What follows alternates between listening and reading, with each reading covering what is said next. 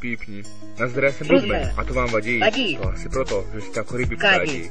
Ale pípni, to jsou jenom holda, co nic neumějí. Jsou to jenom béčky, co jenom bulej.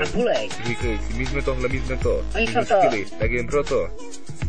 Když to mají zajíce, tak jsou to borci. A když se dostanou držky, tak jsou na konci. Jsou to jen holda, co si veľa vypili.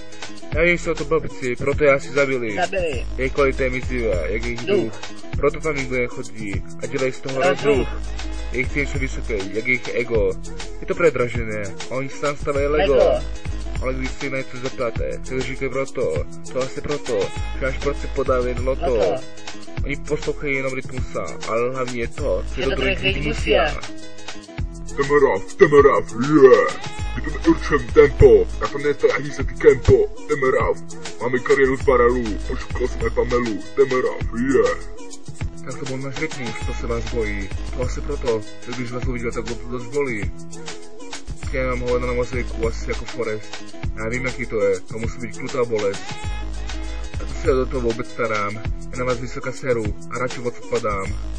Naději si najdete další bandu, co vám neklamu, co vás fakt uznávají a budu vám dělat reklamu. Nabráte si jednou vodu z hajzlu, to asi proto, že bydlíte v takovémhle pajzlu. Ani se vám nedivím, že jste chudáci, že jste debili a šuráci. Pípni, chcípni, tak už to vypni. Pípni, chcípni, tak už to vypni. Pípni, chcípni, tak už to vypni. Pípni, tak to konečně už vypni. Tak pojďte se mnou na rap battle, a hned bych vás všetkých smetl. Ale vy ne, nebo jste čuráci, protože se bojíte, no tak čest práci.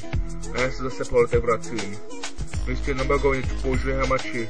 A co jinýho, když se vám to tak páčí? Ráno vstajete a žerete dobytek. A potom celý den zvracíte do kytek. Ale mně je to úplně jedno, protože u nás není tak bědno. A víte víc co, my jsme tímhle sondem jenom pípli. A vy jste nám to již nevypli. Tak čau.